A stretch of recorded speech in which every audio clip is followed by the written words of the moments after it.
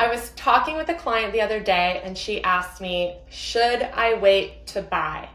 And the answer is absolutely not. If you are well qualified and you can afford to buy a home, I recommend that you beat the buyer rush that I think is coming and buy now as soon as you find the right property. A lot of people are hoping that rates are going to come down and they're thinking, should I wait until they come down? And my answer to that is always, there's a lot of buyers that are thinking along those same lines. And what happens when rates come down is all these buyers that are sitting on the fence because they didn't watch my video and they're waiting for rates to come down, they all flood the market.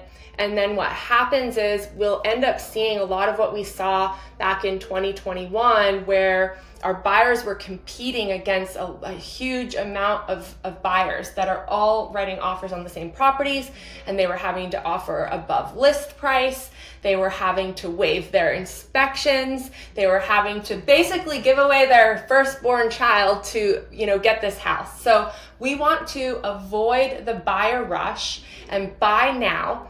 And if rates do come down, then you can always refinance later. So you'll get a better price now, and you can always change the rate if they do come down and do a refinance. So my answer is always, if you can afford it and you find the right property, don't wait. The other reason is because you can start building equity now. Why do we want to wait to start putting money in our own pocket?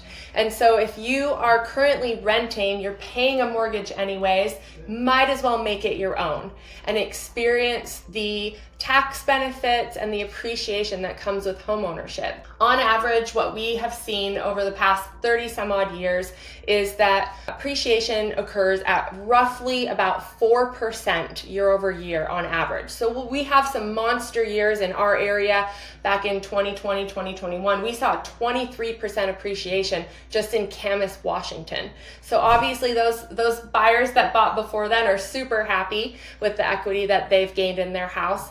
And then we have some down years. So as long as you're planning to keep this as a longer term investment, you will get on average 4% or more, hopefully, per year. So we don't want to wait to build equity and keep throwing money away on rent when you can buy now. Avoid the rush, get a great price for your home, maybe even negotiate some seller concessions in there and make a great purchase for yourself. I hope this was helpful. If you have any questions about buying and if it's the right time to buy for you, reach out anytime. We are happy to help. Again, I'm Jacqueline Smith with Evergreen Real Estate Partners.